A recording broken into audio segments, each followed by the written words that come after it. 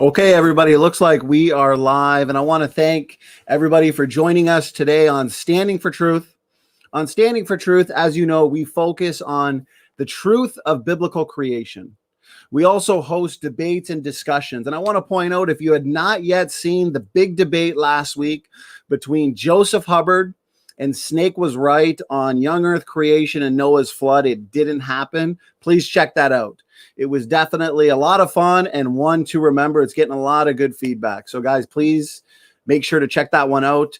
And I'm extremely excited to introduce tonight's very important topic. We will be discussing volcanoes and Noah's flood.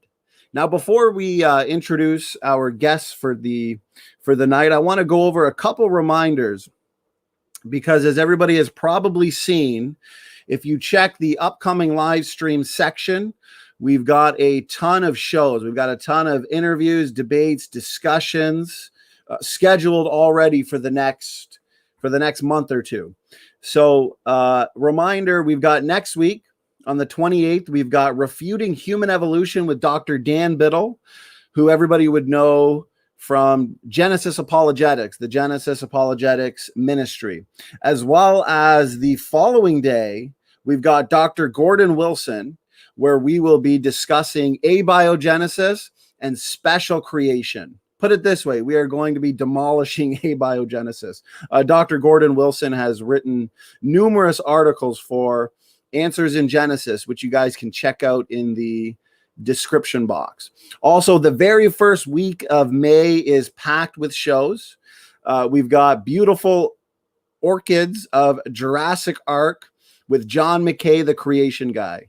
And so just make sure you guys set those reminders. Like I said, we've got a lot of great shows planned for you. The last thing I'll point out as well is Matt and myself, we are going to be releasing the next episode in our Dinosaurs and Man, the Coexistence of Dinosaurs and Man series. That should be available on Patreon tonight after this stream. So anyways, enough for me. I am excited, extremely excited to introduce our guests. We've got Professor David McQueen and George Bond. Gentlemen, thank you for being here. Professor McQueen, you have been an incredible blessing to this ministry. So I just wanted to thank you for what a blessing you've been and all the help you've given to us, David. Well, the feeling is mutual. George and I are like a couple of dancers in a Broadway play. The more that we do the dance, the better we get. And so I'm very thankful for George's perceptive research. And I would like for him to begin our time today with an overview about volcanoes. Thank you, David. My introduction will be quite brief, actually. I just wanted to introduce the audience to some basic stuff. Firstly, what is a volcano? Well, generally, it's a volcano. Volcano is a rupture in the crust of a planetary mass object. Not just Earth. There are volcanoes in other planets that have been observed. These allow hot lava, volcanic ash, and gases to escape from the magma chamber below the surface. Now, you're going to be amazed at some of these statistics that I'll present later on as well, but there are roughly about 1,500 potentially active volcanoes worldwide today. This is aside from the continuous belts of volcanoes on the ocean floor at spreading centers like the Mid-Atlantic Ridge. Now, about 500 of those 1,500 volcanoes have erupted in historical time. Many of those are located, as you've probably heard, along the Pacific Rim, known as the Ring of Fire. Now, you're going to be amazed at the next statement here. There are a couple of professors that have estimated there could be up to 10 million submarine volcanoes. Now, I was amazed when I read that particular statistic, but I'll present some more information on some of those later. So I'll hand the mic back to David for his presentation. Thanks, SFD. Okay, thank you, gentlemen. And I'm going to set my timer for 20 minutes for an intro, and then George and I will go back and forth, and then we'll have some Q&A.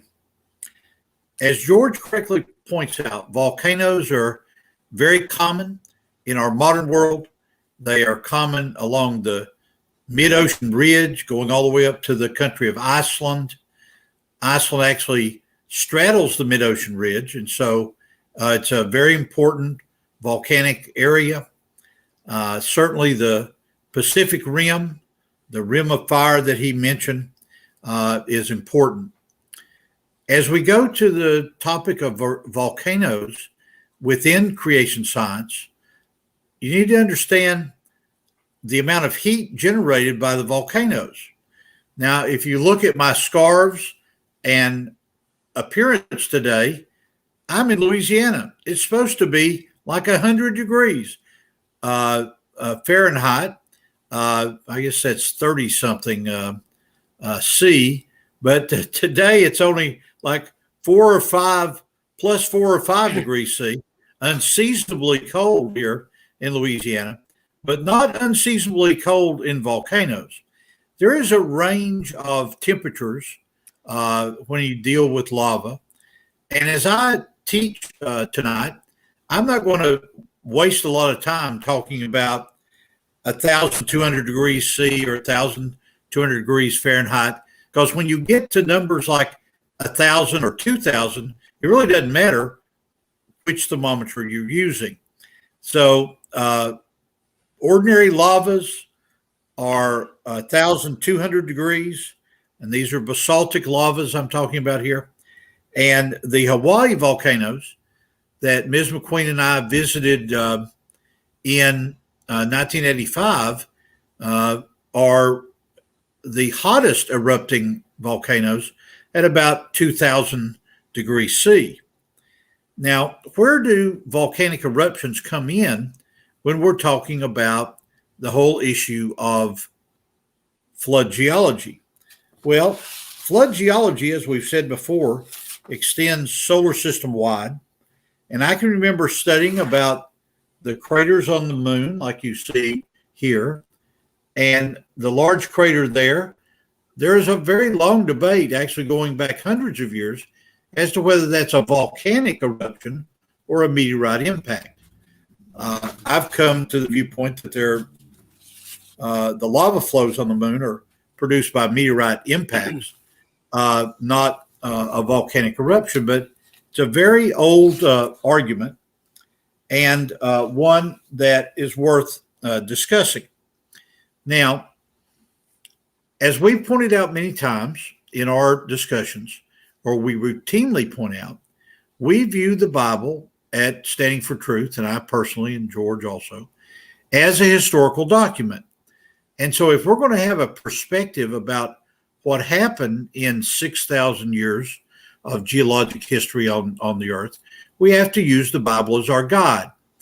So if we go back to Genesis chapter 1, we see that God created the heavens and the earth. Then on the third day of creation, we see that God brought the dry land up, and there was some material there, soil and rocks. But what kind?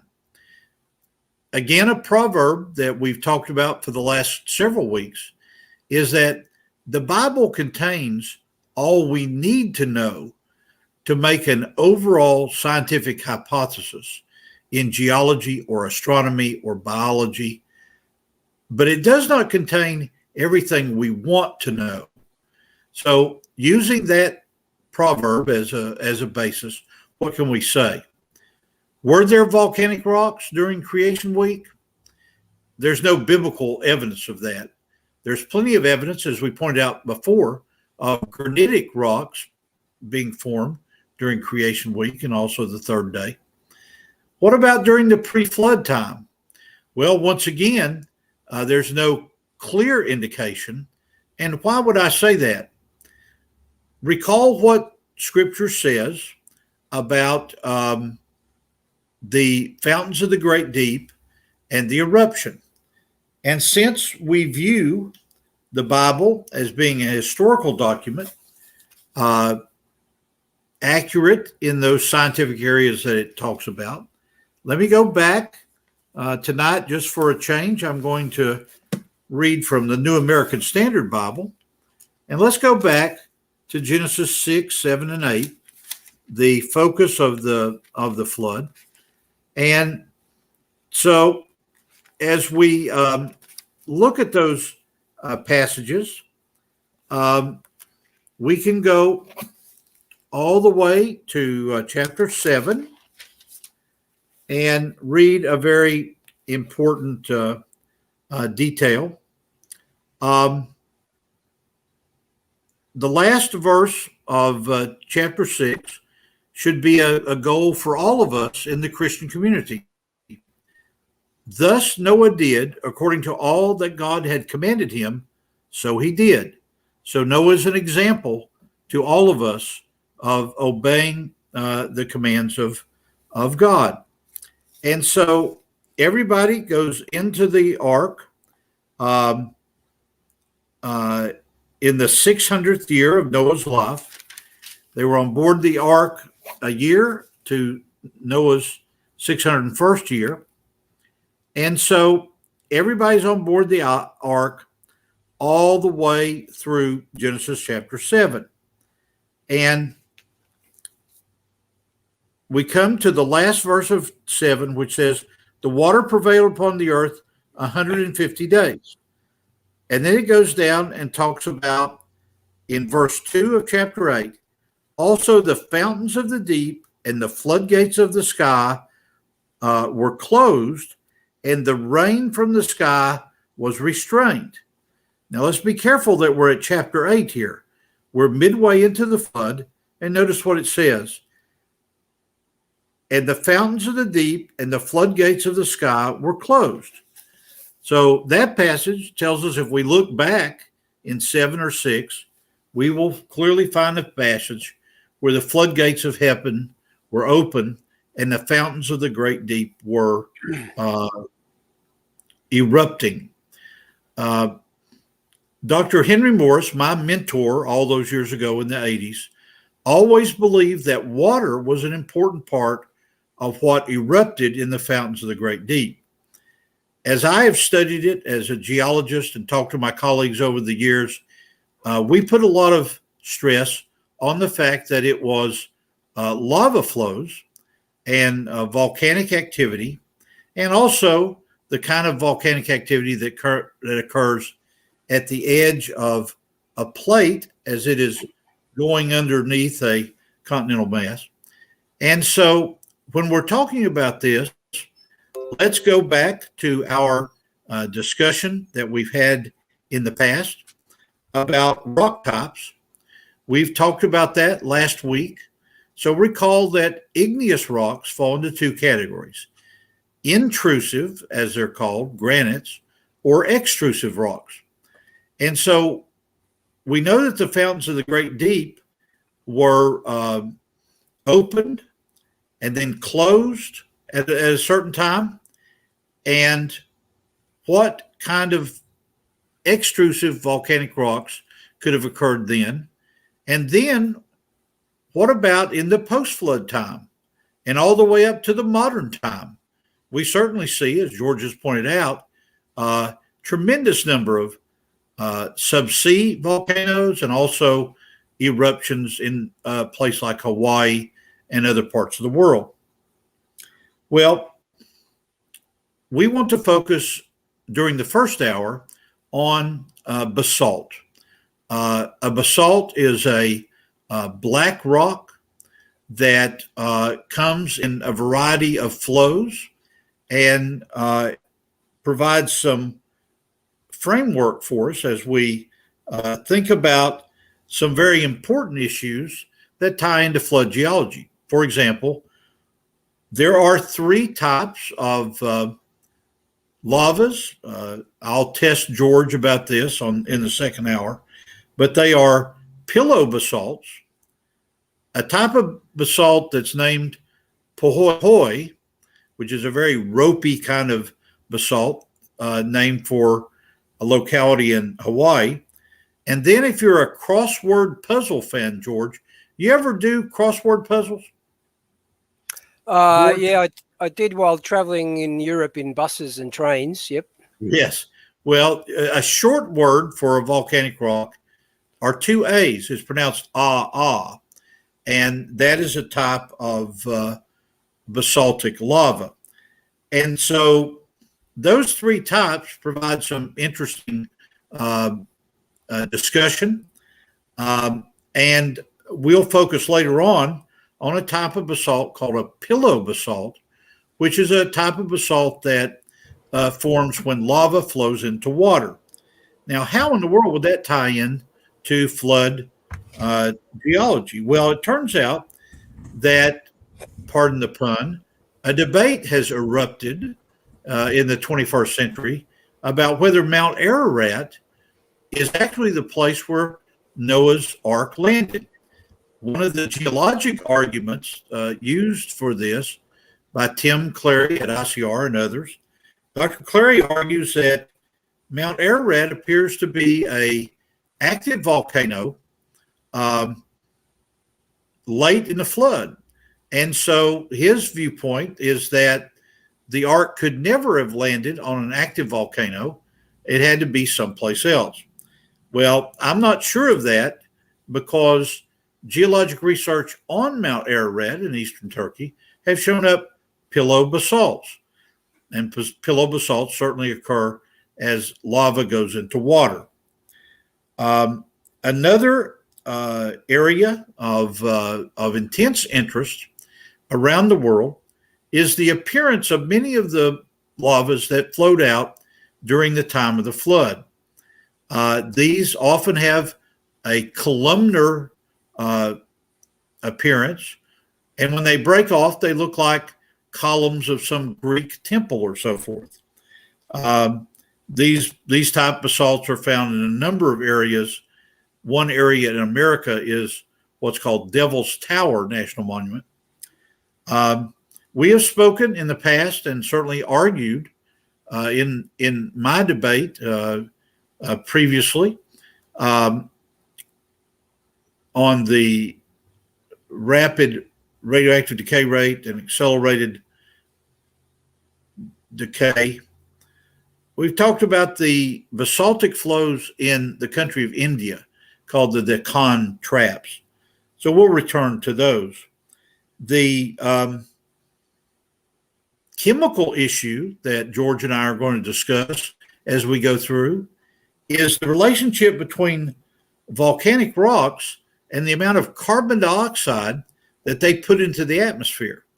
Well, as they erupted during the Great Flood, they probably put a tremendous amount of carbon dioxide into the ocean. And so let's go to our first whiteboard here, so to speak, and write an equation from high school chemistry that I think we all can remember. If you have calcium, which is +2, and you add bicarbonate, like baking soda, for example, and you put this bicarbonate in there, and I'm simply going to call that CO3 with a bracket around it. Can you see, George, that when I hold this up to the screen, CaCO3, this is the mineral limestone. You've got calcium plus carbonate reacting to form calcite. But if you actually use vinegar and soda and mix that in your kitchen, you'll notice that bubbles come off. Yep. Well, those bubbles are the gas CO2 that are reacting between the acetic acid and the baking soda. Now, that CO2 puts a lot of chemical into the flood ocean that can end up being limestone. So I hope you can see that a number of the topics that we've covered over the last 2 months begin to fit together. So you've got this basaltic lava that's putting a tremendous amount of CO2 in the atmosphere that has implications about the formation of glaciers and so forth. And also carbonate. Let me take a sip of coffee and then we'll turn to Hawaiian mythology, the book of Ezekiel and the book of Isaiah. Clear my throat there a little bit. If you travel to Hawaii or study Hawaiian mythology, you'll learn about a legend called Pele. There was a goddess Pele, and supposedly she lives on Kilauea. That's the big volcano on the big island in Hawaii. Saw it back in 85. And each eruption in that mythology, I don't know if you knew this, George, it's Pele longing to be with her lost lover. And so there's a love component to this. Now, if you study it even more, you see a link between Pele and Satan. Why would I say that? It turns out that Pele is the daughter, one of the daughters, of the male god of the earth and the female goddess of the earth. Notice the numbers. Pele was one, but they had a total of 6 daughters and 7 sons. That adds up to 13, which is a very well-known number when it comes to satanic worship. Notice the concept of love there. If you go, we're not going to do it tonight, but if you go to Ezekiel 28 and to Isaiah 14, you find a depiction of Lucifer in those days or weeks or hours, however much it was, after he had been created a seraphim, a cherubim, and he was put in charge of a crystal cave, apparently, underneath Eden, and he became very prideful about being around the beautiful emeralds and rubies and so forth. And so this pumped him up. This brought him pride. And so the sin of pride is indicated there, but also this theme of love and this theme of fire flows through both the Bible and also these volcanic legends about the goddess Pele, because it was not love of a woman or a love of a man that drove Lucifer. It was self-love. It was pride, the hubris that we talk about. And so as you go around the world, we've talked about going around the world and looking at different legends about Noah's flood and the ark. Well, if you flip the coin to looking at Satan, the depiction of Satan is always that it's down, it's below, it's in the earth someplace. And so this volcanic side of it makes it very interesting. I was privileged several years ago to spend several days at an archaeological dig near the Dead Sea. Now, George, let me test your geography knowledge here. What is so interesting about the Dead Sea there in Israel? Is it the highest place on earth or what? It's the saltiest place on earth. It's the saltiest place. And also, elevation-wise, it's the lowest place. Oh, yes. Isn't it very interesting that the temptations of Christ talked about in the Gospels occurred in the wilderness near the Dead Sea? And so Satan appeared to him in this very has my video frozen on you guys? Yes.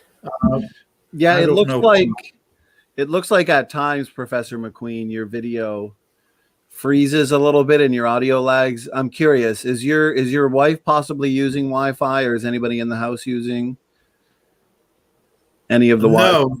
No, she's not. She's simply on the telephone with our daughter, so it's not that. It's Anyway, manageable. It's fine. Yeah, it's okay, very everything's well. coming clear for the most part. Okay, so I'm saying that the idea of volcanoes associated with Satan worship in these two passages, Ezekiel 28 and Isaiah 14, is worth looking into. I'm at the end of my 20 minutes now, so I'd like to turn the discussion over to George and sit back and take notes about what he has been studying. Okay, thanks. Thanks, David. Can I share the screen, please? SFT.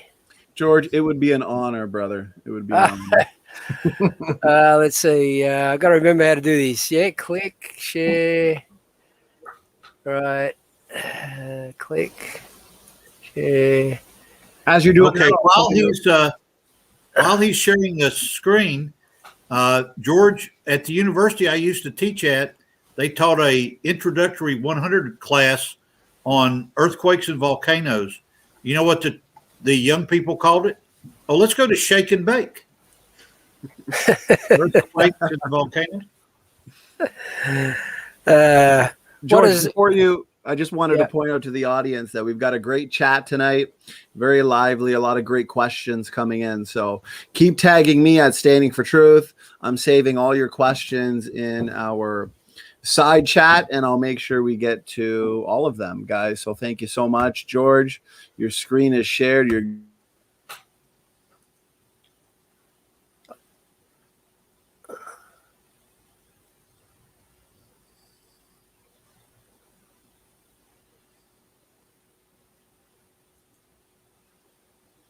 I can't hear anything, SFT. Yep, you're. George, are you trying to play a video or something? George? No. I couldn't hear you momentarily there. I was actually going to tell David a really sick joke. What did the baby volcano say to the mother volcano, David? your eruption is too loud. No, it said magma. Magma. I love it. Pronounced in Australian. How wonderful. Okay. All right. As I mentioned earlier, the NASA actually predicted something like about 10,000 or so volcanoes, but there are a couple of professors that actually state that there could be 10 million underwater volcanoes.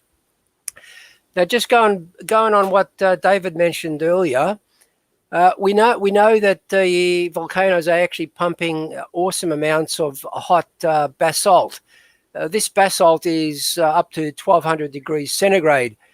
This is a photograph, courtesy to NSF and NOAA there, of a superheated molten lava coming out of under the ocean somewhere. I'm not sure where it is. But here it is. In 2005, NASA was actually forced to admit that there might have been 1 million submarine volcanoes, or as many as 75 of those underwater behemoths soar half a mile above the surrounding seafloor, and several thousand of those in turn might be active. Now, here's the interesting part. I found this last night. Two professors, Professor Fisher and Professor Wheat, actually estimate the number of hydrothermally active seamounts at somewhere between 100,000 and 10 million hydrothermically active. This means they are heating the water. The two professors base their conclusion on the fact that a significant fraction of the seamounts already surveyed appear to be hydrothermically active. These seamounts are also huge. As many as 1 million of those planetary-sized hot water heaters have a diameter greater than 7 kilometers and stand more than 2 kilometers high. That's unbelievable. I couldn't believe I had to read that twice when I first read it. But yeah, you can screenshot this, and you can find the entire paper by Fisher and sorry, that's Wheat, not White. It's titled "Seamounts as Conduits for Massive Fluid Heat and solute fluxes and on ridge flanks. Now, these guys aren't quacks, okay? Professor Fisher is an Earth and Planetary Science Department and Institute for Geophysics and Planetary Physics in the University of California, Santa Cruz. And likewise, Jeffrey Wheat, he is a research professor, Global Undersea Research Unit, University of Alaska, Fairbanks, based at Moss Landing in California, I think that is. So there's, if you want to read about it, that's the website called Ice Age Now.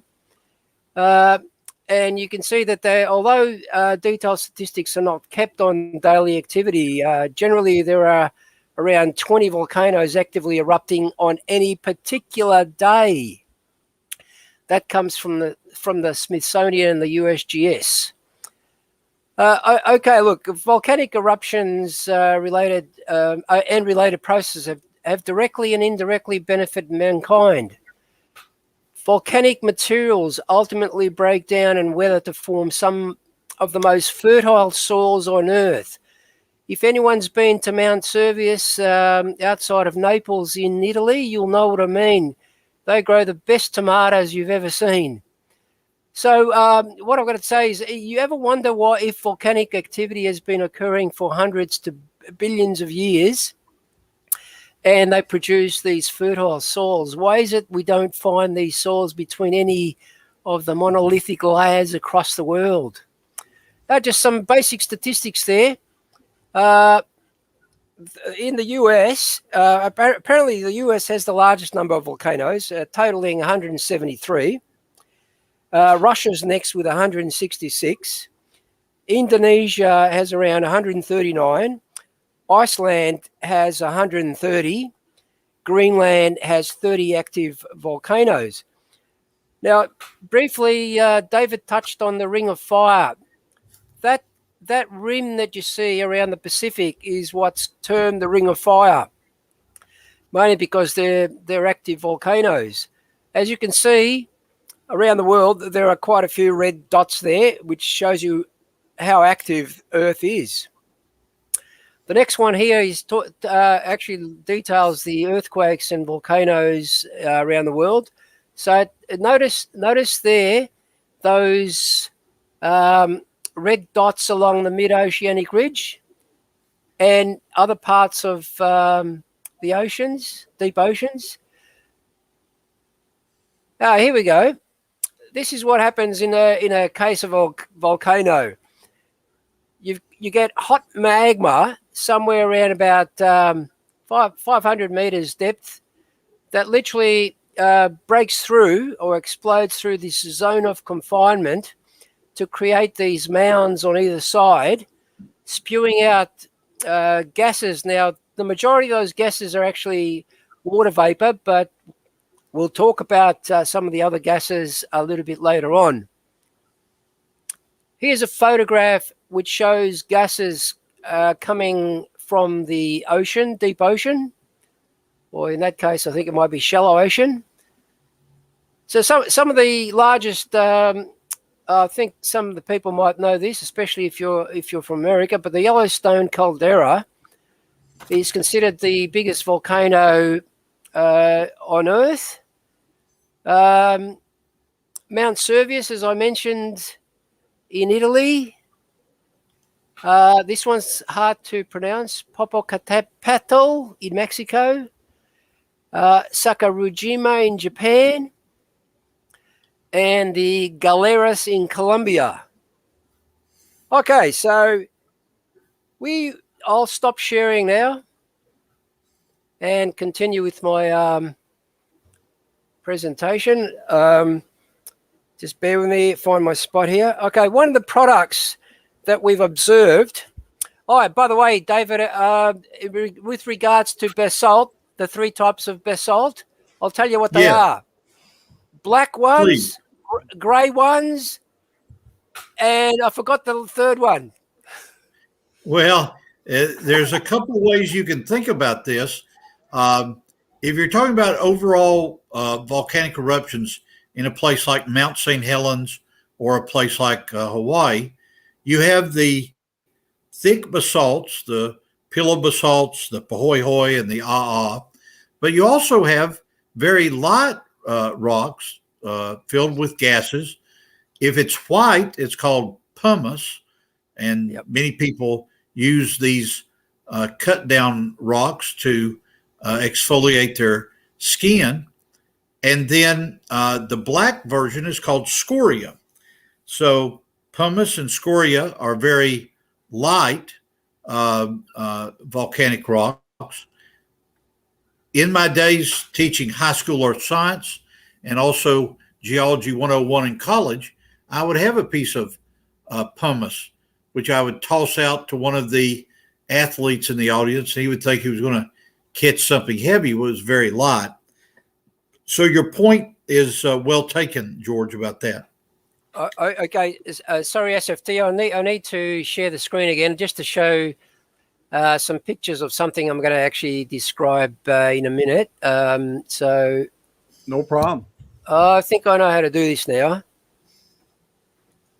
Yeah, looks like you've mastered it, George. Okay. One of the things we find in a volcanic eruption is extrusive igneous rocks, mainly rhyolite, and I want to talk about rhyolite.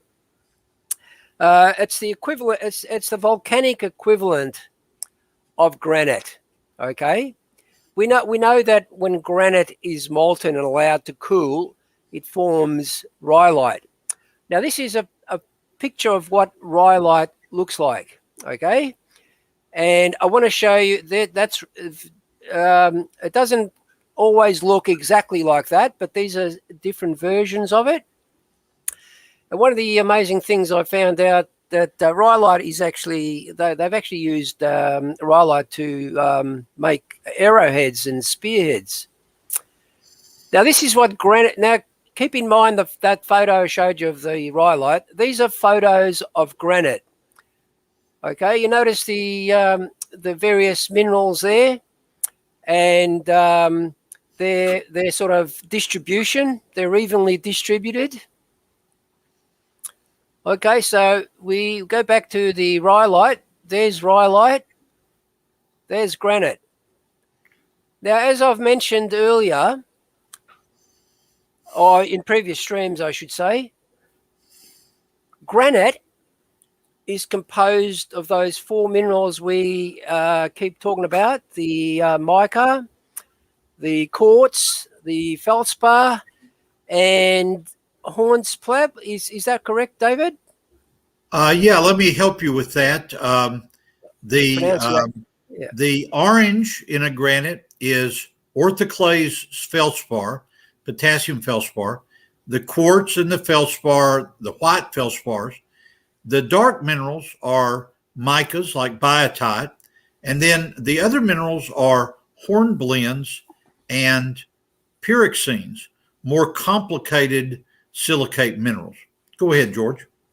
Yeah. The interesting part about those photos, though, was the evenly distributed nature of those minerals. And as we've spoken previously, in the secular model, where Earth was a molten ball of rock for 500 to 800 million years, we know that each one of those minerals has a different specific gravity or density.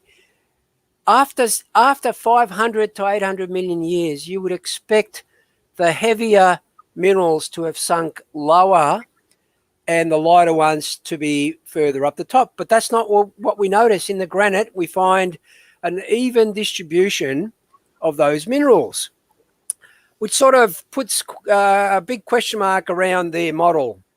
Okay, one of the other things that they recently found was a substance called ringwoodite. It was discovered after a volcano in Brazil spewed out, believe it or not, a diamond that had ringwoodite encased inside of it. This little tiny piece of ringwoodite apparently was carrying an astonishingly large amount of water. Yeah, of course, scientists couldn't help but be intrigued by the interesting new mineral. They never knew about this. Apparently, ringwoodite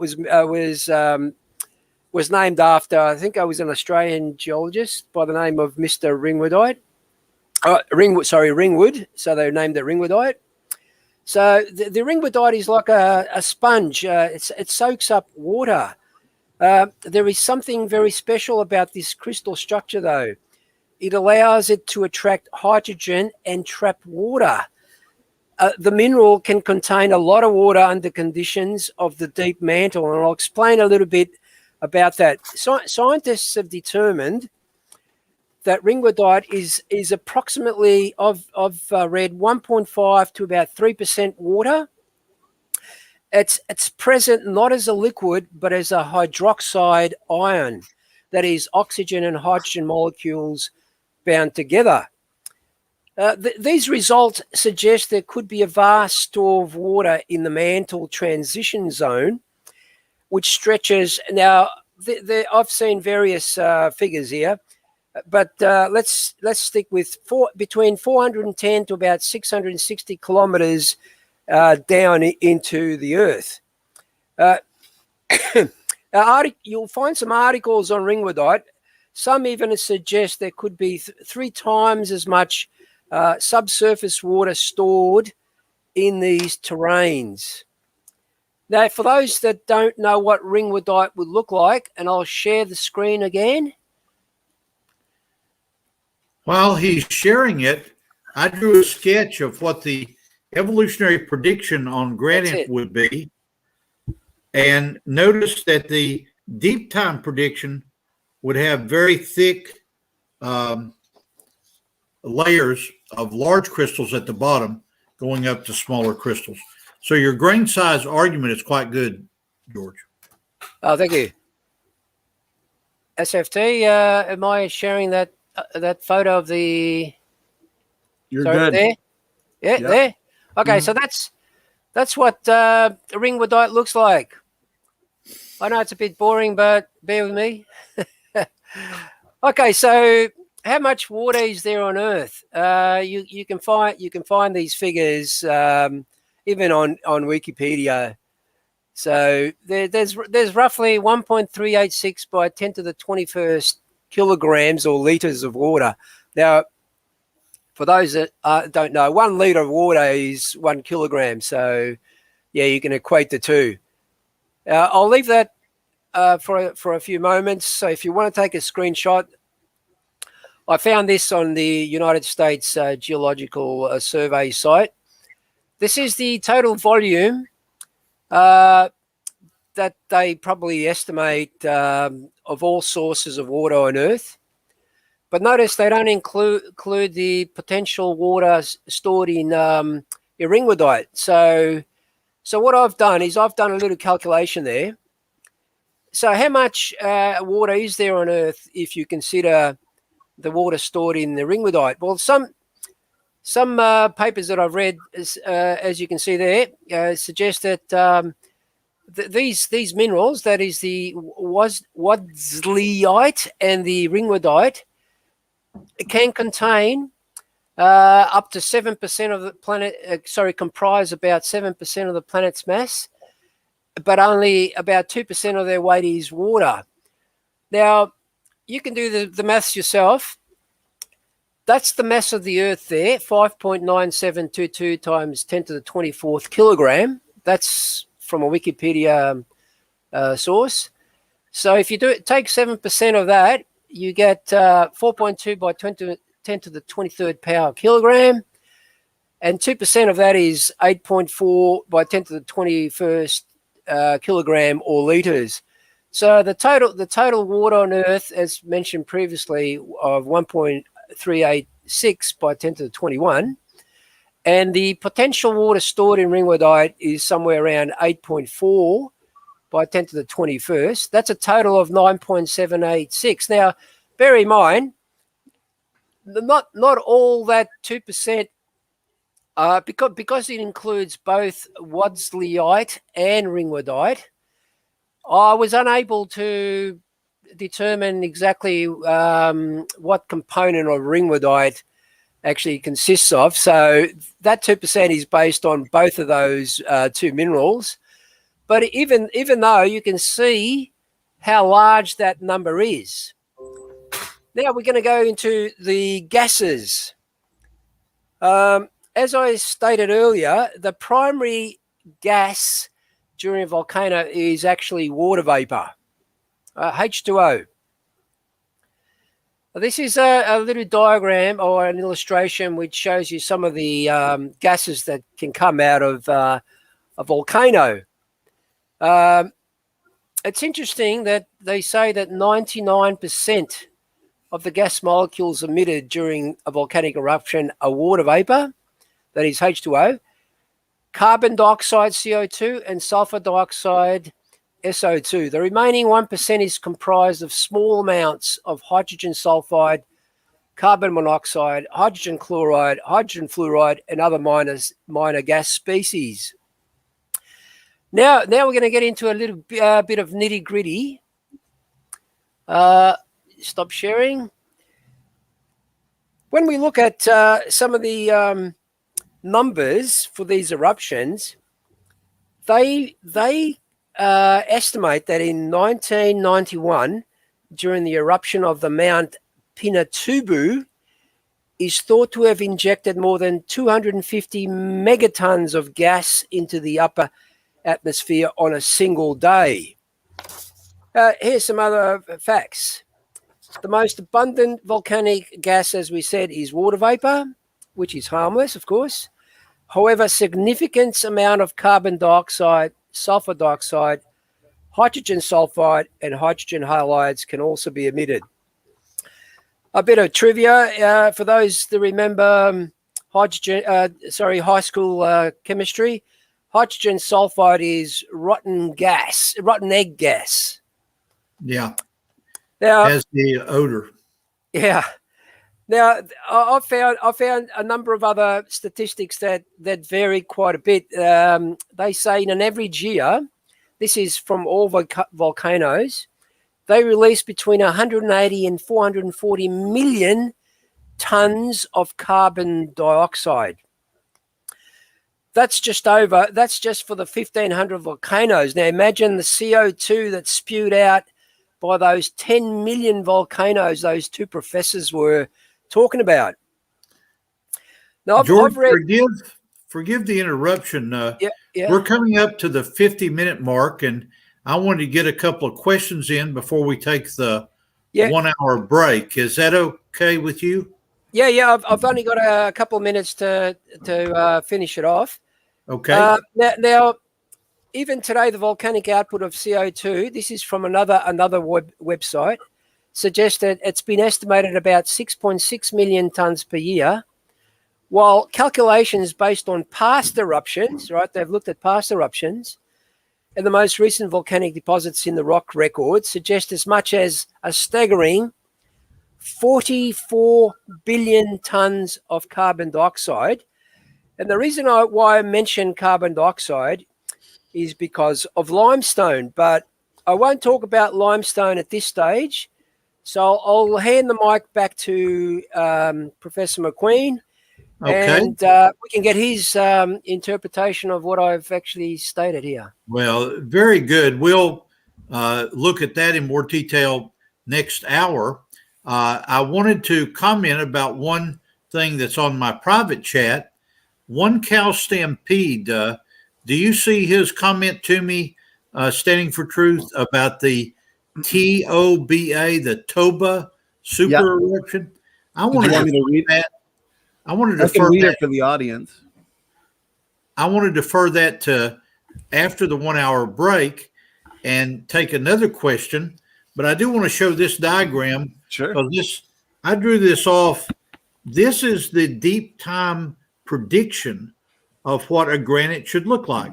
Very large crystals down.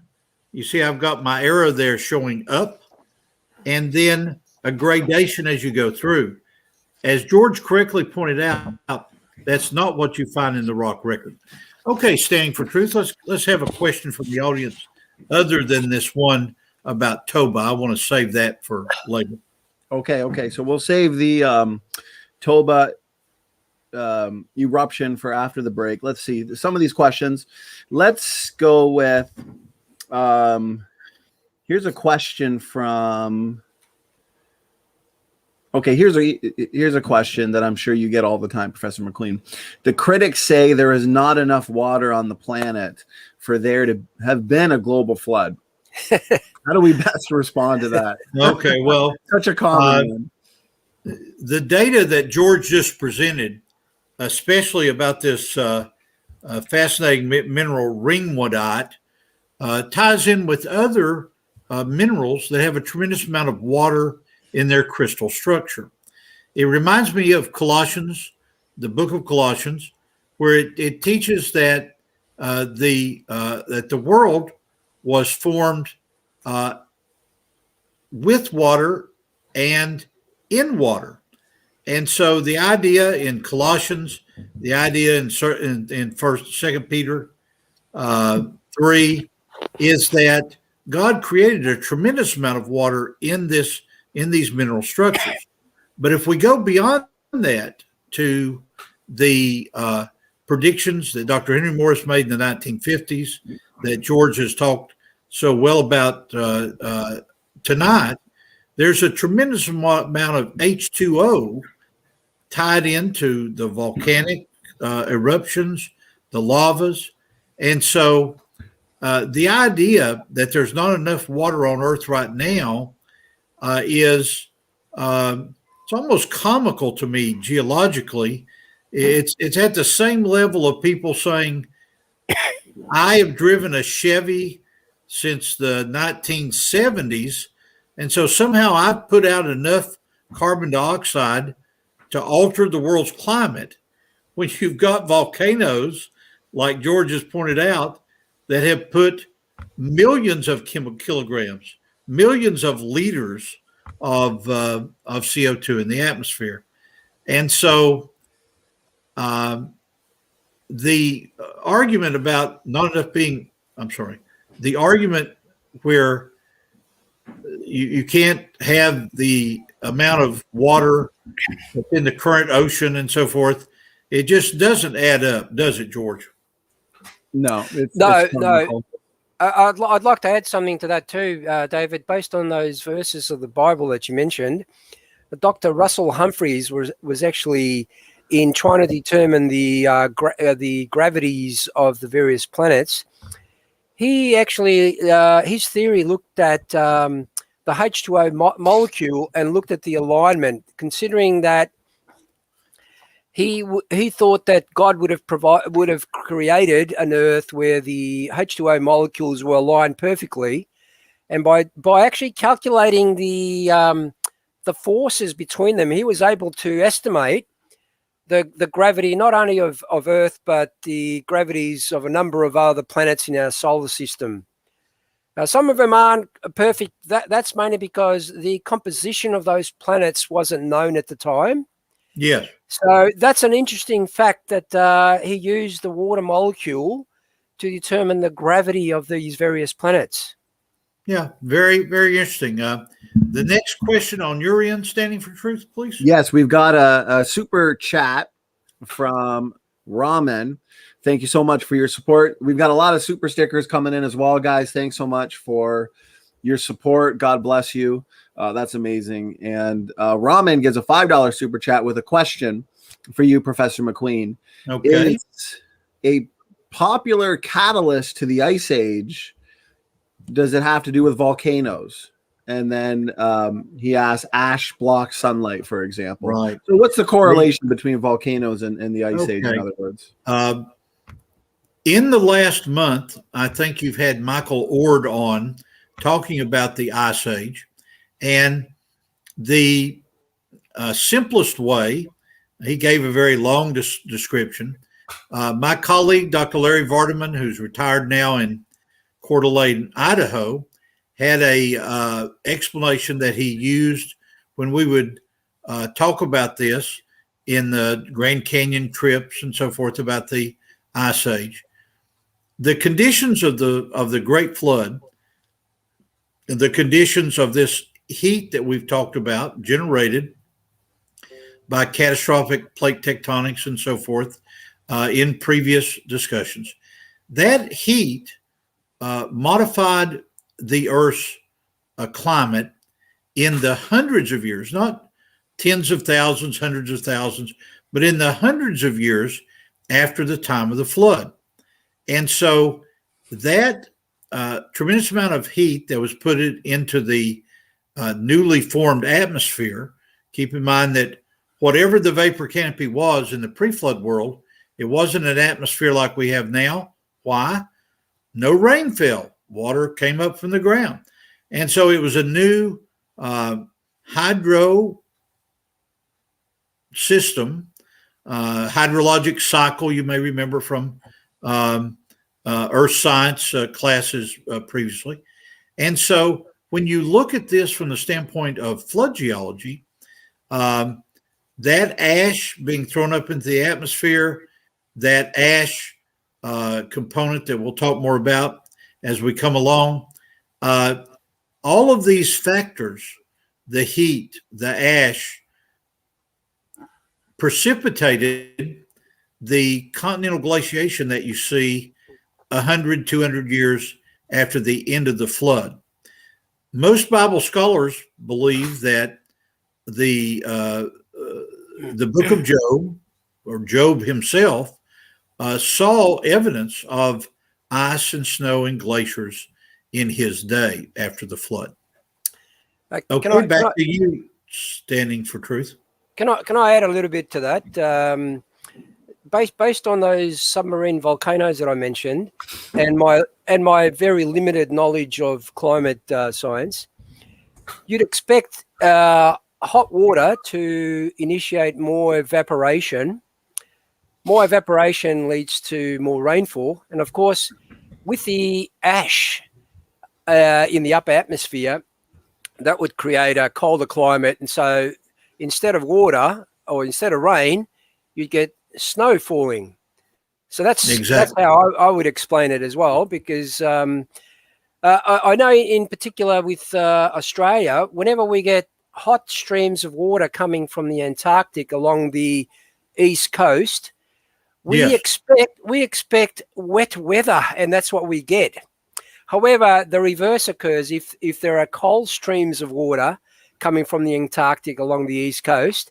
There's less evaporation, and we actually get very hot weather.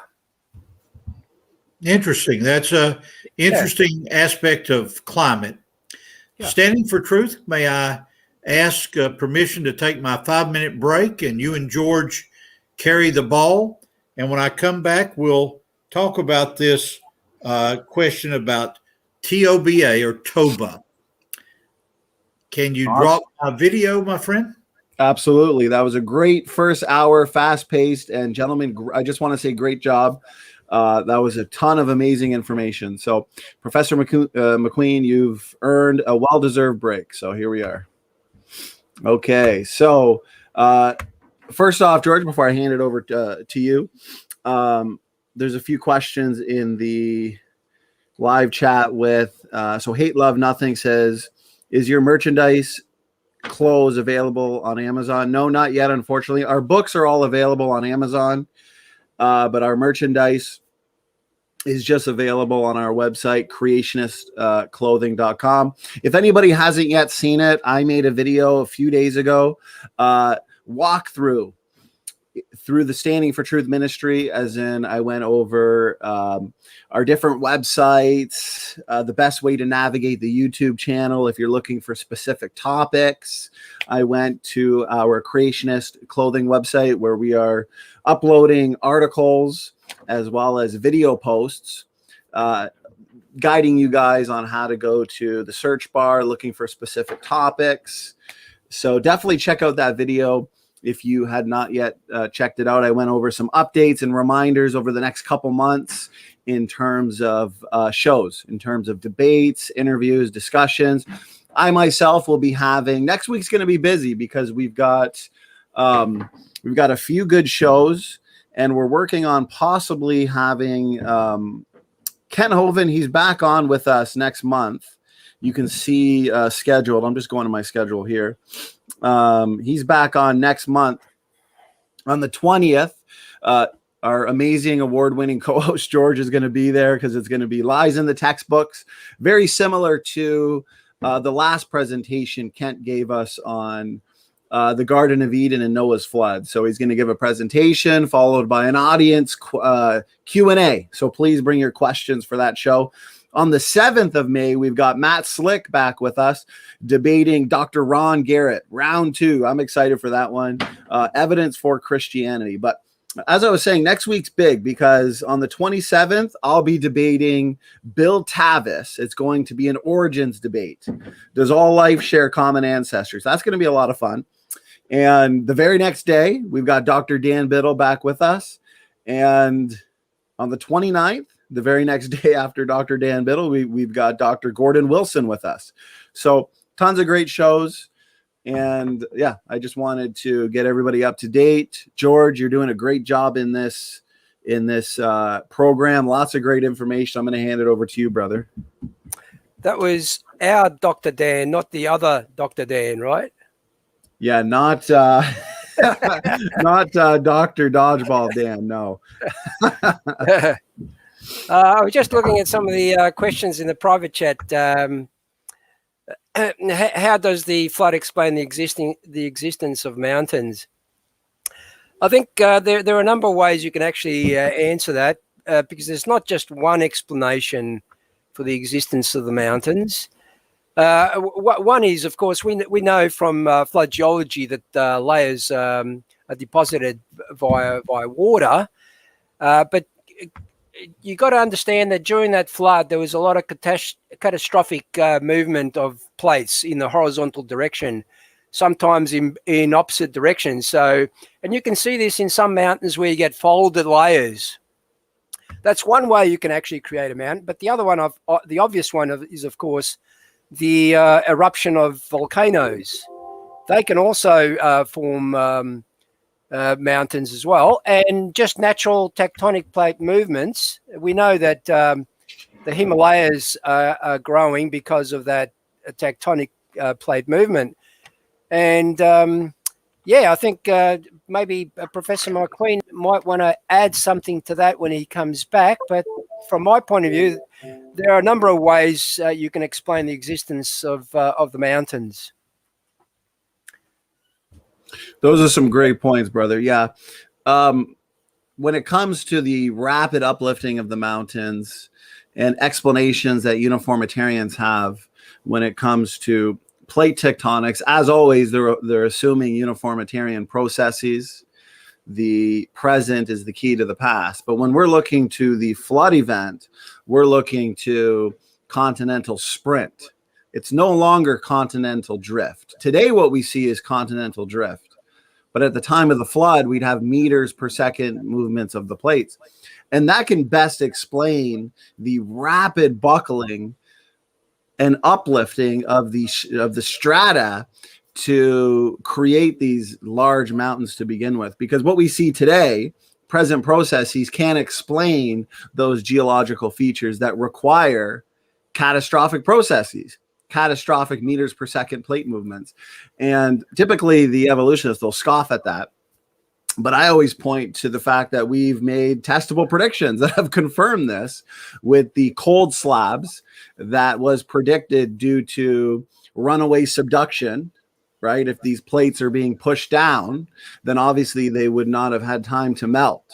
And after this was predicted, the data revealed these enormous slabs of cool rock at the base of the mantle that have not yet warmed up to the surrounding material.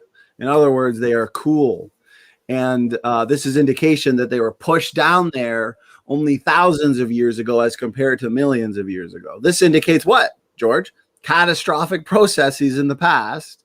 And we've pointed out in the past, it's like two cars coming at each other at 100 kilometers an hour. What you're going to get with that tremendous force is rapid uplifting due to the buckling that would take place. But if you had two cars coming at each other at 1 kilometer an hour, there's going to be no buckling and therefore no uplifting. So the continental sprint, the catastrophic plate tectonics model, best explains the existence of mountains and best explains these geological features that require catastrophic processes. What are your thoughts on that, George? Well, yes, and the other interesting point is, if there was a heat problem you wouldn't find those cold plates. That puts a nail to that heat problem issue. Yeah. You're muted. You're muted. So you just seen the movements of me laughing. Yeah, that's right. That's a great point, brother, because the prediction was made based on the flood model. Then the prediction was confirmed. And guess what? They weren't completely melted as they should be, or at least warmed up according to the uniformitarian model. But the fact that they're there, once again, shows that there's obviously a multitude of ways to resolve the so-called heat problem. And that's why we constantly point out here on this channel, George, that heat is not a bug, it's a feature. Heat and energy help get the plates moving in the first place. Heat and energy help with the rapid production of coal, oil, and natural gas, where the heat would be rapidly absorbed, as Joseph Hubbard has covered.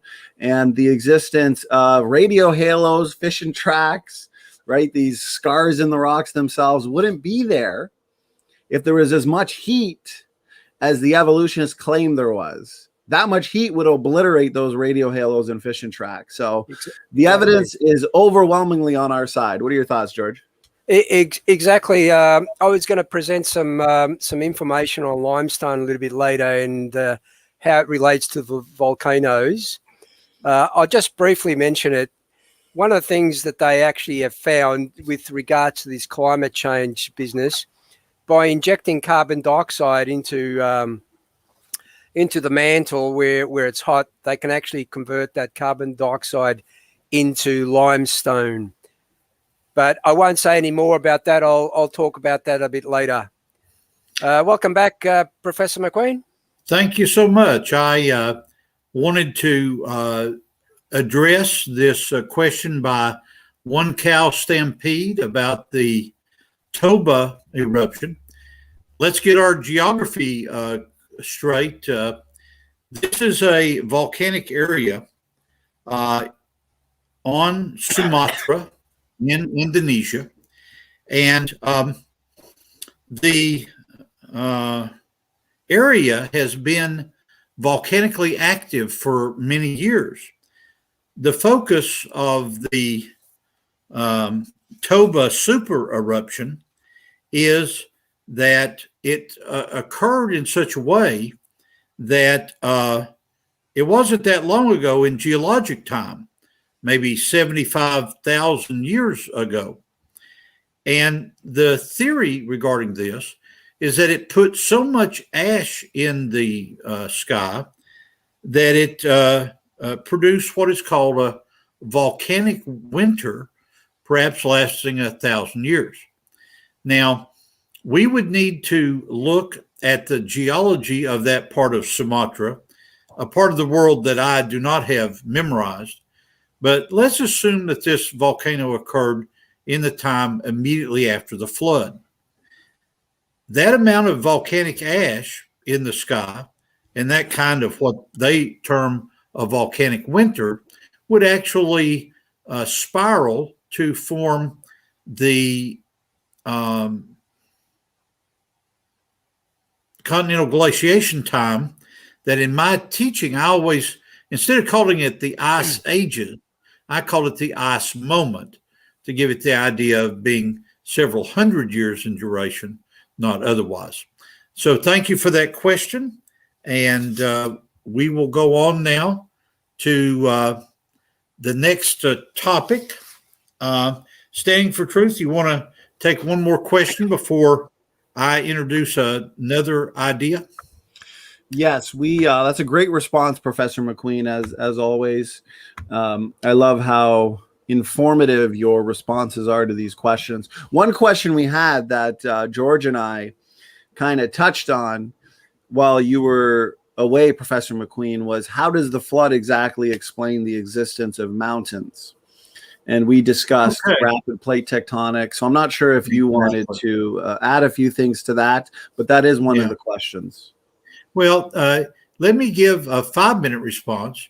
And then in July or August, we really, George, should do a whole session on that part of geology that's called tectonics or structural geology. Yes. That actually talks about mountain building, the mountains, the Appalachian Mountains, the Rocky Mountains, the Alps. We could have a whole session on that. That would be fun, wouldn't it, George?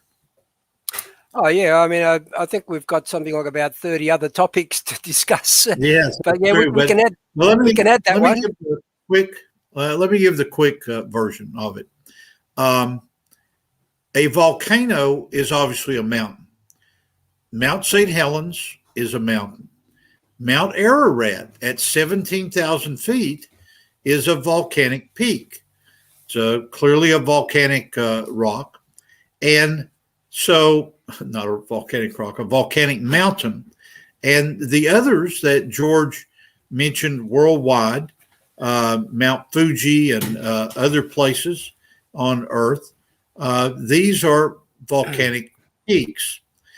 So the fact that we have volcanic mountains ties into today's topic, but other mountains, and one of my favorite mountains in this regard is Mount Everest itself.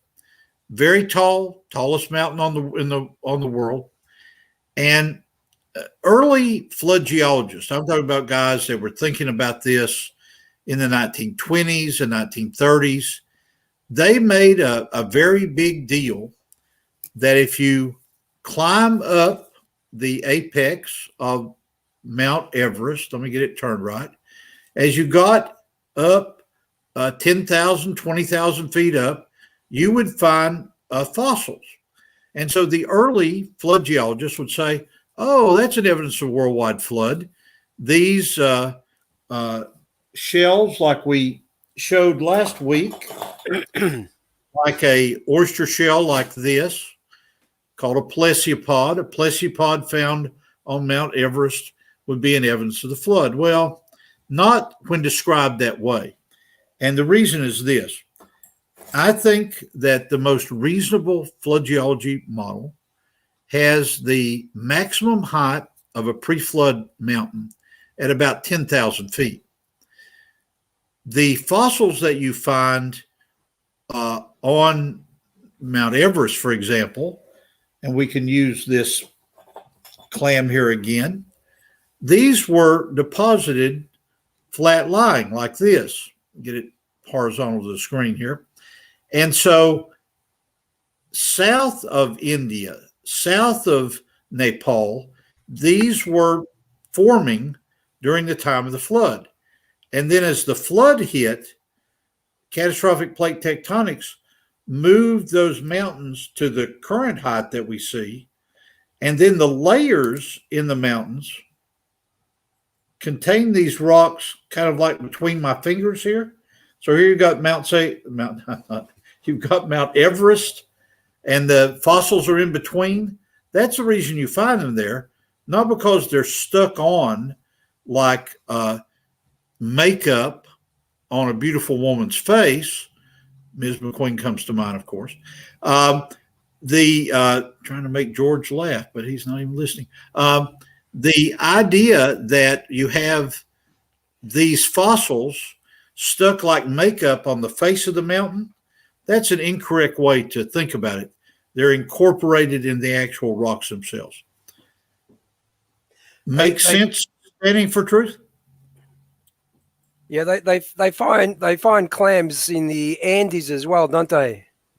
Yes, they do. And one of the points that Andrew Snelling has made for years, and Dr. Gary Parker and Ken Ham have actually made this argument for decades, is that every continent is covered in part by marine invertebrate fossils.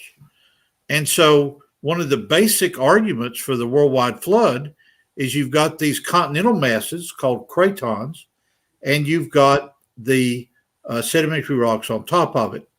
And so I think the Great Flood actually provides the best explanation for mountain chains worldwide. Standing for truth, let's go back and pick up another question. David, nature calls for me. Are you able to address this question by Crimson Air? He says, does young Earth creationism necessarily entail accelerated nuclear decay? Okay, we can go to that and approach it in two different ways. The first way that we can approach it is we have argued as creation scientists for 100 years, actually, as flood geologists, we have argued that we are doing science by the same basic rules as the deep time opponents, the evolutionary geologists, are doing. What do I mean by that? We are developing what's called a multiple working hypothesis. And one of these multiple working hypotheses that we have is that catastrophic plate tectonics is an integral part of flood geology. Even before people like Professor Baumgartner and others were suggesting catastrophic plate tectonics, if you go back to the early 80s, there were creation scientists that were saying, okay, we can have continental separation without modern plate tectonics. Now, what did they mean by that? If you look at the mid-ocean ridge and you focus between, let's say, South America and Africa, you can measure the amount of lava that's coming up in these things that George talked about. Remember, George talked about, let me get my sheet of paper, the notes there. He talked about there may be as many as 100,000 to 10 million black smokers. Now, black smoker is a word that a geologist would use. The oceanographer would simply call these small volcanic vents. At any rate, if you look at that, the amount of lava that's added is 1 or 2 centimeters a year. There is a claim that I still want to see verified that by putting a laser in West Africa and in Eastern Brazil, you can shoot a line across the South Atlantic and can actually measure this 2 centimeter or 4 centimeter separation. I've never really been convinced of that because from my understanding, George, in the past, that's within the standard deviation of error of the method. But forget about that. The point is that the idea of the separation of the continents during the Great Flood, even in the days before the idea of catastrophic plate tectonics, was widely held by flood geologists. Now, again, why would I use the word multiple working hypotheses? Well, in Dr. Henry Morris's day, he studied geology in the 40s and the 50s. And during that period of time, there was what was called the geosynclinal explanation of mountain building, where you had, let me get this going correctly here, you had deep basins that filled with sediments, and then they began to exert forces of what was called isostasy, still called it, the movement of plates up and down. So I would argue that flood geology is an excellent form of science. If you want to talk about ice creams, vanilla and chocolate and strawberry, it's true the evolutionary community, the deep time people, have an explanation, so they think, for mountain building. But I think the other flavors of vanilla and chocolate in the models of flood geology are much better. George? I like vanilla. Yeah, and I like strawberry, so that'll be good. I'm sorry, David, but I missed most of your answer because I had to run to the restroom. But it's not a problem. We'll carry on here. George, I think this would be a good time for us to move into the relationship between volcanic activity and the formation of limestones during the flood. You want to Oh, kick that off, and I'll pick up after you? yeah. I was going to suggest that. I'm not sure if SFT's there, but I can briefly talk about it. Yes. Now Of course, yeah. this isn't just creationist hype, okay? This is backed up by actual science. What some scientists did in order to solve this particular carbon dioxide problem in the atmosphere, they looked at various ways where they can actually dispose of it deep into the earth. Yes. And they were surprised when they injected it. And I can share my screen and show you the depths involved. When they injected it into molten lava, they were surprised that it actually turned into limestone. And a number of papers have been written on that since that particular time, both from creationists as well as secular scientists as well. Now, just some statistics here. Carbonates comprise 20 to 25% of the total sedimentary strata and can be quite thick. For example, the red wall limestone in the Grand Canyon is, I believe, approximately 400 to about 800 feet thick. But some carbonates can exceed 3,000 feet, I believe. And there's a reference to that if anyone wants to know. Apparently, carbonate rocks also contain about 1/3 of the world's oil deposits and are an important source of construction materials. Just a bit of trivia for you.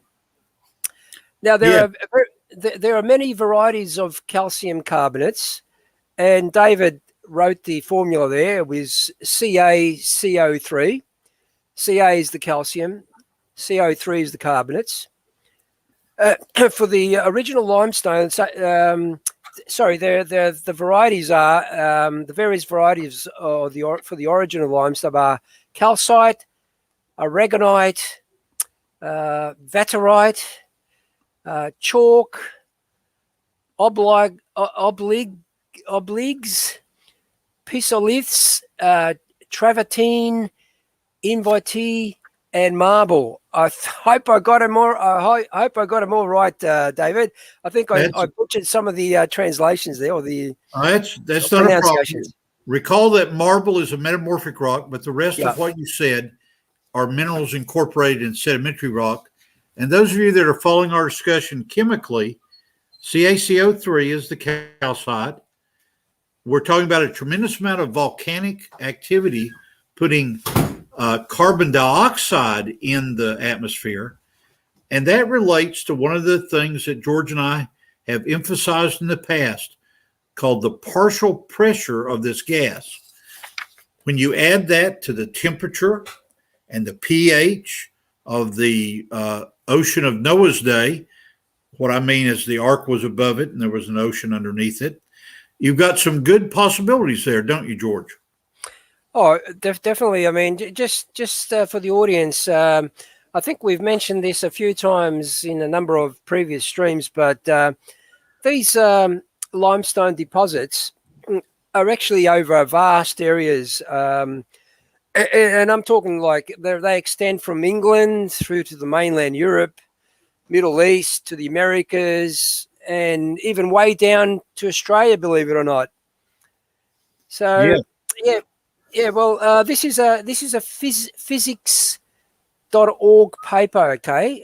It's titled "Researchers Find Carbon Reacts with Basalt Can Form Carbonate Minerals Faster Than Thought." Who would have thought, eh? Who would have thought? Yes, that's true. It says mixing carbon dioxide with water and pumping it into underground basalt formations in Iceland has resulted in 80% of the carbon being sequestered into carbonate materials within 1 year's time. This is a phys.org paper, people. Yeah. Now, those of you that are following this in the Standing for Truth audience need to recall over the last couple of months that critics of things that George and I have said, oh, George, oh, David, you can't explain the direct precipitation of limestone during the time of the flood, the great, huge cliffs of Dover, the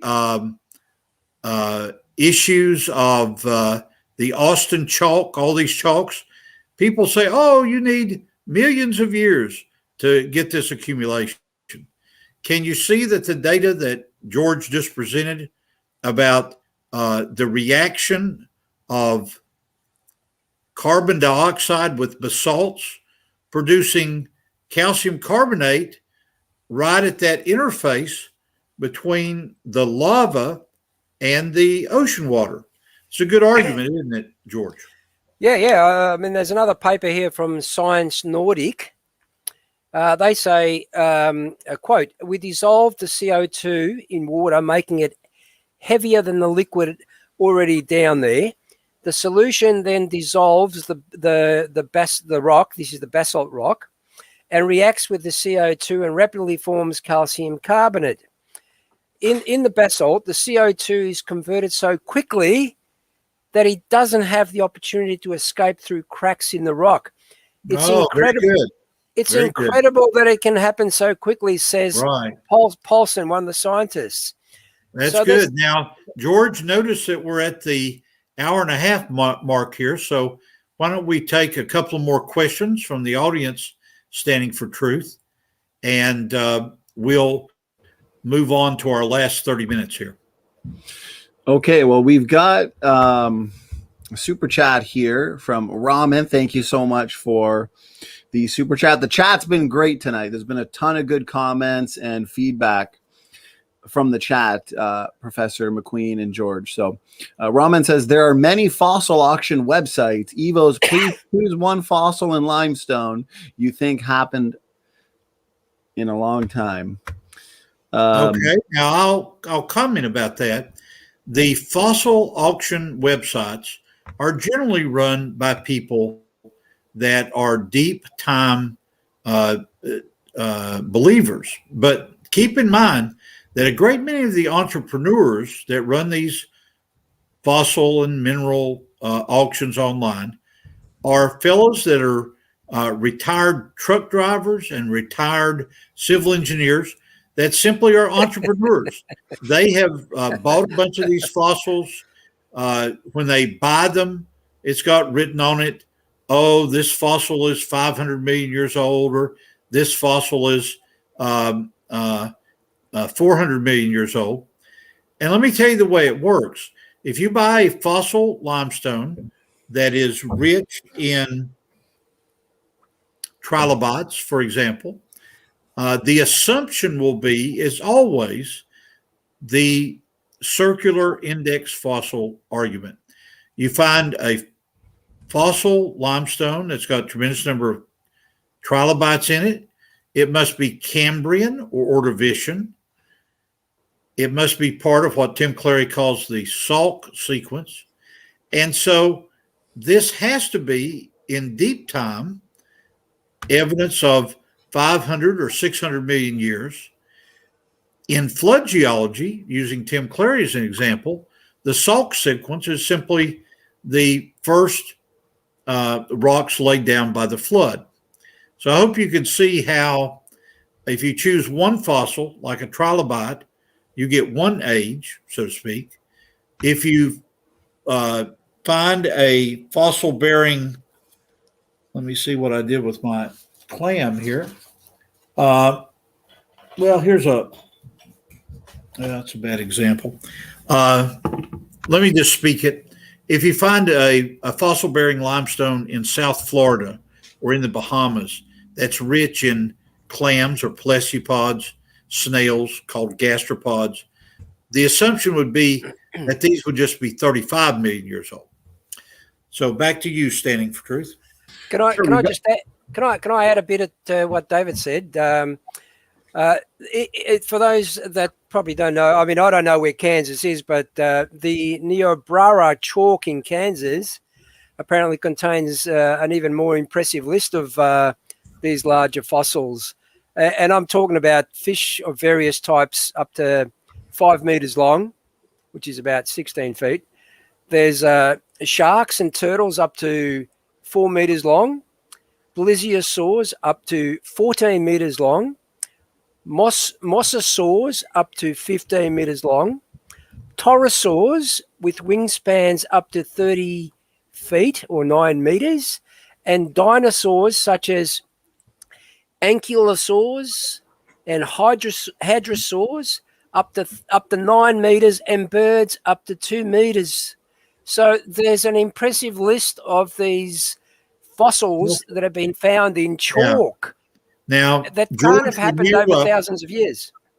George, when you come to visit me in Louisiana, we can drive northwest of Louisiana for about a day, and we'll end up in Kansas. So we will end up in Kansas. We'll try not to be like Dorothy on The Wizard of Oz, and at the end of the time saying, "Oh, we're not in Kansas anymore." If you're aware of that movie. Oh, yes. Yeah. So great responses, brothers. Question here. It's a two-part question from Hate Love Nothing. So I appreciate your questions. He asks, are there any fossils in, at, or near volcanoes? And secondly, are there any geological occurrences or mechanisms that defy our expectations? Okay, well, let me take the first part of that. If there were clams and plesiopods near the Kilauea volcano in Hawaii, as that lava flows to the ocean and might come close to these calcium carbonate, these creatures made of calcium carbonate shells, like a clam or a snail, that lava is flowing and cooling down from 2,000 degrees. So it would take into solution the clams and the snails. So it's a very rare occurrence that you would find a fossil in volcanic rock. As a matter of fact, when you go actually into the field, and I began my field work in geology in 1970, when you actually go out in the field and you find a fossil, you immediately say that's a sedimentary rock, and you dismiss metamorphic and volcanic rocks. Okay, George, you want to add to that? Yeah, well, that's correct. I mean, I think volcanic basalt is, from memory, 1200 degrees centigrade, and that's molten. I mean, imagine if 1200 degrees centigrade can melt rock, what it will do to flesh and bone. Oh, yes. Oh, yes. And repeat Standing for Truth, the second part of that question. I got lost there in the second part. No problem. Great response. Let me go back to it here. Okay. So the second part to that question was, are there any geological occurrences or mechanisms that defy our expectations? Okay. Let's frame it this way. What in geology goes against the idea of deep time and traditional geology? Well, one part of geology that deals with mountain building certainly defies the physics and the engineering of rocks. If you travel worldwide, you see in some areas an anticline, and in other areas what's called a syncline, or rocks that are folded in this way. The Appalachian Mountains, very common all over the earth. That's common. George is the perfect scientist to talk about this from the standpoint of engineering, and we'll use the example that we've used before. Here's my rigid cell phone. This is a lithified rock, like we're made to believe that the rocks were fully lithified before the mountains began to be formed in the Appalachians or the Rockies. Tell us once again, as you've told us before, George, if I applied pressure to a rigid object like my cell phone, would it fold or would it fracture? You wouldn't have a working phone, I can tell you that much. That's right. It wouldn't be running off the time like that. And so the argument is the presence of anticlines and synclines is an argument from rock mechanics, what George would call structural mechanics, Young's modulus, compressive stress, shear stresses that he's dealt with in his engineering background. In my background of rock mechanics, this argues against an old earth interpretation of mountain building. There are other contradictions as well. I mean, they all tell us that birds evolved from dinosaurs around 100 million years ago, but there are fossil bird tracks found in Carboniferous layers, I think Nova Scotia or somewhere in Canada, which are supposedly 300 million years old. So there's a big discrepancy there of 200 million years. And then the other one is, I'm not sure if people have heard of the Ashley phosphate beds, but every time I bring it up with an atheist, they seem to run away. And this is the reason why. They found a variety of fossils in a bed layer, approximately 15 to 18 inches thick. Now, what they found was this. They found Megatherium, which lived between the early Pliocene through to the end of the Pleistocene, 1.8 to 5.3 million years ago. They also found Hadrosaurus from the late Cretaceous, 65 to 145 million years. They found Iguanodon existed roughly mid-Jurassic around 170 million years ago. The plesiosaurs first appeared in the latest Triassic period, possibly in the Ratian stage, about 203 million years ago. The ichthyosaurs thrived during the much of the Mesozoic era. Based on fossil evidence, they first appeared around 250 million years ago. Now, try and explain that range of fossils with those geological times in a layer 18 inches thick.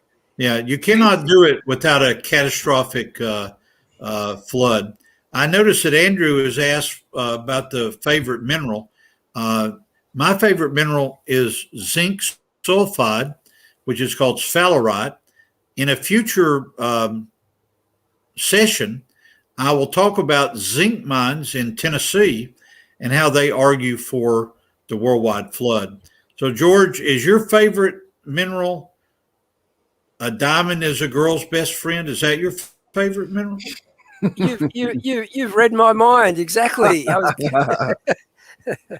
Let me go to another volcanic issue and just make sure that we're clear on this.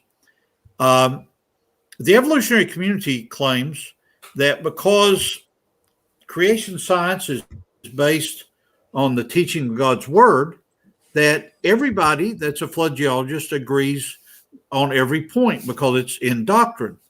But that's not true. The Bible provides a framework, and the volcanic mountain, Mount St. Helens is an important topic for another time, but Mount Ararat forms a beautiful example of how flood geologists don't agree about certain things. For example, Dr. Tim Clary has written a number of things over the last 10 years, which presents the idea that because Mount Ararat is a volcanic peak, the ark couldn't have landed there because the lava at 17, 16, 15,000 feet would not have sufficiently cooled, and the boat would have caught on fire.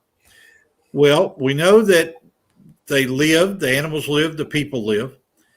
My viewpoint on that is that the movement of the floodwaters as it receded from the mountain would be a tremendous heat sink, and all that heat would have been pulled off, not a problem at all. Now, what's the objective? Evidence of this? Remember that George and I both have talked about how the typical lava is called a basalt. It's an extrusive igneous rock, and it's got three basic kinds, called a pillow basalt, pahoehoe, and then the crossword puzzle rock called The pillow lavas can be observed to be formed as the Hawaiian volcanoes spill into the Pacific Ocean. So you can see these things and you can search for it online. Those pillow lavas, as you climb Mount Ararat, are found in the outcrop as you move up to the higher elevations, 14, 15, 16,000. So it shows that it's a volcanic mountain. It shows that these rocks were cooled, certainly cooled by the time the floodwaters receded. And so Noah and his family and the animals could get out without burning their paws and feet on hot lava. Great response. Great information there, Professor McQueen. I do have a couple more questions I could get to here, but gentlemen, how would you like me to proceed? Do you want me grab another question out of this pile, or? Well, I think that since we're at the 145 mark, let's take two more questions, George, and then I want to give a 5-minute summary, and then you give a 5-minute summary, and that should take us right to the 2-hour break. The 2-hour mark. Awesome. You guys have done a great job tonight. This has been, as I pointed out earlier, incredibly informative, and I'll definitely be rewatching it. So great research to the both of you. Standing, before we go to the questions, can I just share something with the audience? It's to do with limestone, because this is one of the objections that they bring forward with regards to the deposition of limestone. They actually say that during a catastrophic event where you've got fast-moving water, you couldn't possibly get deposition of limestone. I'd like to share the screen and present a paper, a secular paper, which dispels that. So I'll just do that now. Yeah, you want to share screen? Sure. Yeah. Hey, can you see that? You're good, brother. Okay, this is a paper by Sheba et al. It's titled Experimental Deposition of Carbonate Mud from Moving Suspensions, Importance of Fluctuations and Implications for Modern and Ancient Carbonate Mud Deposition. Now, I've highlighted some of those from that report. You can read it yourself. You can type that title and find it. And this is what they say. The observations we report suggest that published interpretations of ancient lime muds are derived paleoceanographic conditions may need to be re-evaluated. And this is why they say that. They say there have been suggestions that, just like terrigenous muds, carbonate muds can flocculate and accumulate in high-energy environments. Observations from modern carbonate environments and from the rock record suggest that deposition of carbonate muds by currents could have been common throughout geologic history. And they go on to say there have been occasional observations that carbonate muds may also accumulate in the presence of wave and current action. It is therefore quite possible that more carbonate muds will be interpreted as high energy deposits once the science behind the concept becomes established. This is something that we've talked about previously with David, about how they discriminate against this kind of science because it just adds evidence to a flood situation. And it's unbelievable how they actually hinder science by doing that. Now, George and I have talked about this in the last couple of months, but let's go over again. We're talking about volcanoes putting out carbon dioxide. That's up there, CO2. And you can measure the amount of that in water by calling on a chemistry fact called partial pressure. CaCO3 is calcite. And George and I have mentioned on a number of occasions how temperature, pressure, in this case, the partial pressure of CO2, the pH, the EH, remember that's acidity, and the EH is the way electricity moves around this compound, calcium carbonate. See, all of these factors here show that from the standpoint of ordinary high school chemistry, there's no reason that limestone couldn't precipitate quickly. And the paper that he just cited shows that traditional carbonate petrologists are coming over to the idea, wait, we may even have turbulent water. And in that turbulent water, we can precipitate limestone. Excellent point, George. Thank you. Yeah, let's go into the questions now. Okay, here's a good question, Professor McQueen. What are some of your personal favorite arguments for a worldwide flood? Okay. I mentioned this earlier, but let me clarify it better now. If there were a worldwide flood, you would expect to find large formations of sandstone, shale, and limestone covering continents, not counties, covering large areas, not small areas. And so when you look at some of the rocks that we've talked about in the Grand Canyon, like the Coconino sandstone, for example, high in the canyon, it is found over an extensive area in the western United States. If you come to the Appalachian Mountains, follow them up to Nova Scotia that George mentioned a few minutes ago, and then you take them across the Atlantic Ocean to Europe, some of those Cambrian Ordovician units are very similar to what you see here in America. I was on an archaeological dig as a geologist at the biblical Ai. In Hebrew, the A is silent, so it's just I.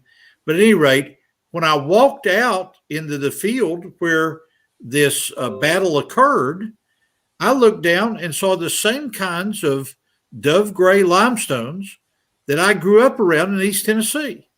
And so I turned to the archaeologist. I said, this is an evidence of a worldwide flood. You find large, extensive sedimentary deposits that are similar, shales, limestones, sandstones worldwide. So that's one of my favorite arguments.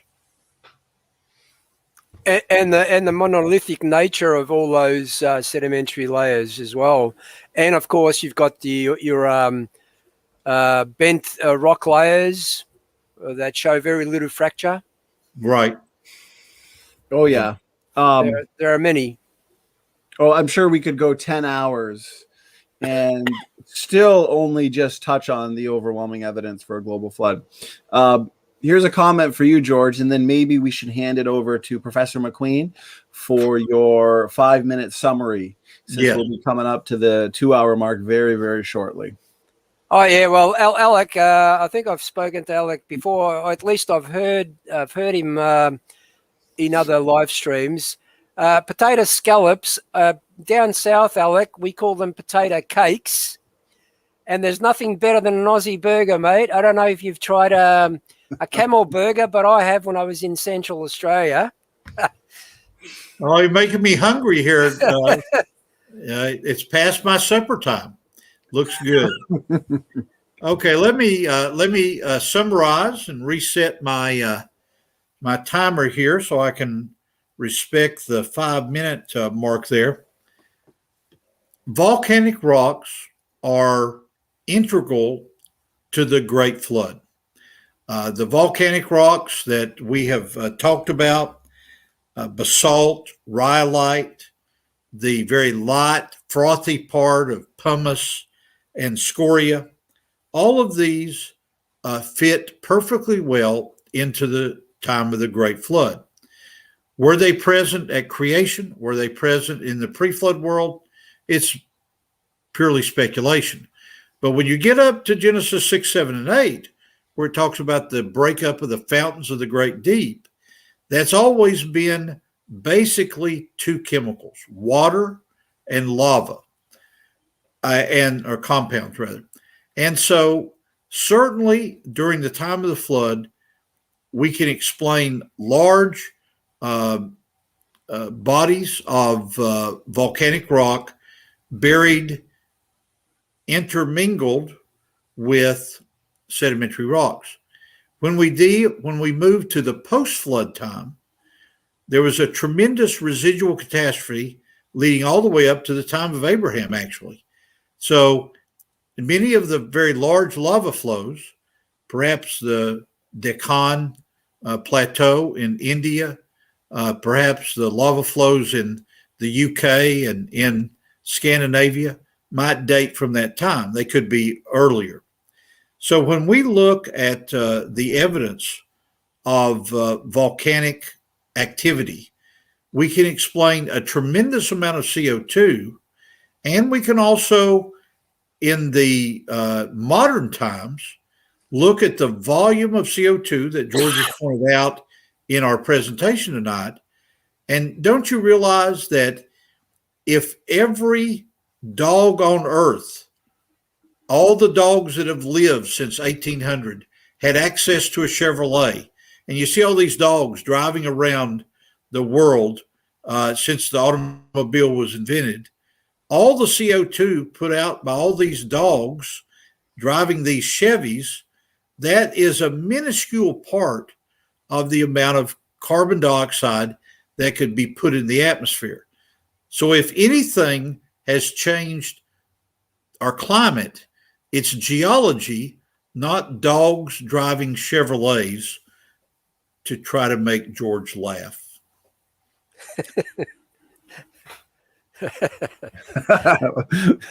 Well said. Well said. I love it. Any final words from you, Brother George? Yeah, I'll go as far as to say it will be the secular scientists will actually disprove their own narrative, because we've already seen with CO2 and emitted from volcanoes and the experiments that have been done by injecting it into volcanic basaltic rock, that it forms limestone, when they've been telling us for, who knows, eons, that limestone forms at a deposition rate of 1 to 8 centimeters per 1,000 years. And then we show them that we can actually produce vast amounts of quantities of limestone in 1 year under the right conditions. Yes. And we know those conditions were prevalent during that catastrophic event we call the global flood. And that's just one example. I mean, there's many examples that you can cite where I think I presented that paper where it's suggested, that moving water, even turbulent water, can actually deposit limestone, whereas before they were saying that was one of their arguments against the flood. Actually, they were saying that it couldn't have happened because it would have been turbulent water, and that limestone couldn't have deposited under those conditions. Yeah. Once again, they've been proven wrong. Yeah. And if you're in our Standing of Truth audience, whether in Australia or Canada or Europe, and have had basic chemistry, I hope you've seen that by taking just basic chemical parameters like temperature, pressure, pH, EH, and other things that we've talked about, these are perfectly reasonable scientific explanations for the rapid deposition of calcium carbonate and the other carbonates that George mentioned tonight, aragonite and dolomite and so forth.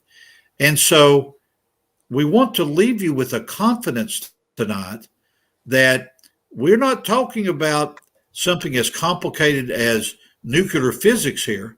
We're talking about essentially university freshman chemistry can help you understand a lot of what's going on. Right, George?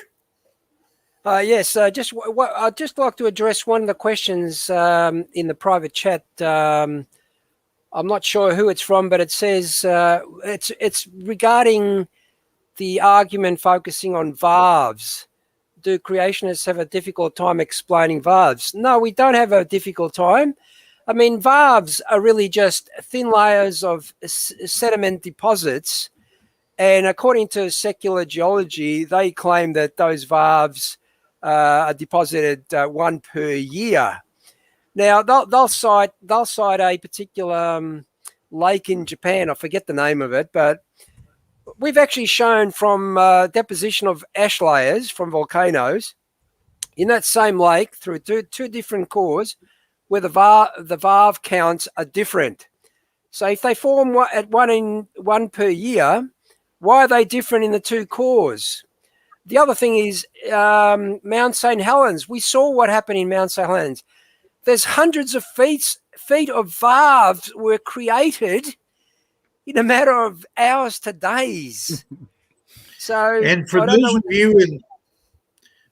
you in the Standing for Truth audience that share my interest in World War II history, recall that in Greenland, a World War II bomber was found deep in the ice. And if you could go down on a chair, you would see tremendous varves show up, in the layers of ice. And yet we know that this bomber had to end up in the ice in the 1940s. So it's less than 100 years old. So no matter how you cut it, talking about a lake like George was talking about, or World War II history, VARs don't necessarily mean even annual layers. It's more complicated than that. Yeah, and I want to say this, George, real quick, because comments are coming in, flying by, and everybody is really appreciative of all the work that's being done on Standing for Truth, all the work that you brothers are doing, Professor McQueen and George. This was a great stream. So I just wanted to thank all our viewers for the kind words, for the support. You guys really are the life and blood of this channel. There's a question here from Crimson Air. Good to see you. Crimson Air says, does Professor McQueen have a YouTube channel? I want to point out that Professor McQueen has been on here weekly, pretty well every Wednesday almost for months. And I've put together a playlist that you can find if you just go to the playlist section. It's titled Professor McQueen / I believe The Global Flood. There's about 17 videos, all of Professor McQueen's. And so through the kindness of Standing for Truth in Canada, Standing for Truth has become my YouTube channel. I don't need to make another one. Amen. Amen. It's an honor, Professor McQueen. I was saying that in the chat.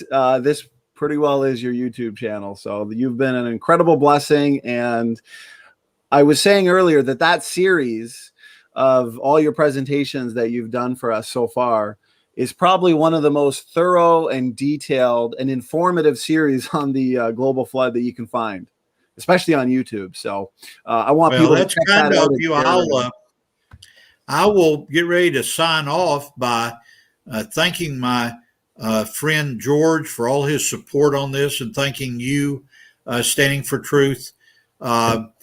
If the ice and snow doesn't bury me and freeze me this next week here in Louisiana, maybe we can continue this discussion all the way through Christmas. Good night, gentlemen. Good night. God bless. Great show. We just hit the 2 hour and 1 minute mark. So everybody, we will see you back here in a couple days. We've got a debate, and next week's going to be a busy week as well with some shows. And in the next couple hours, you'll see the next video in our dinosaur and man series on Patreon should be available. And also Matt and myself, Matt Man, we have been going through some videos and articles coming out from the evolutionists, the critics.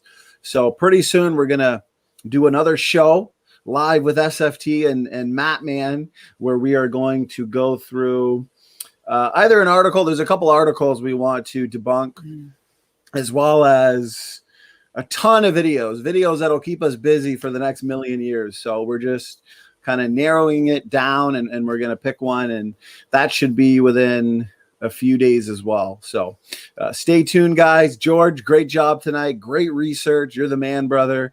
I'm going to give it to you for some final words. I'm still waiting for that award. It must have got lost in the mail. I mean, I sent it to you 6 months ago after your first show. That must be the reason. I knew That's there was gotta something. be the reason. That's the reason, and I'm sticking to it, brother. Yeah, go ahead. Anyway, totally enjoyed it. Actually, when I get these kind of subjects, I just get motivated to do some research, and I find stuff that I just didn't know, like the up to 10 million submarine volcanoes. That's amazing. It's amazing. Yeah. It's amazing. Great job. You did a phenomenal job. Share this on Facebook. Share this around everybody in the audience. Thanks again for the super stickers, super chats, and amazing support. Anyways, SFT and George are out. Out.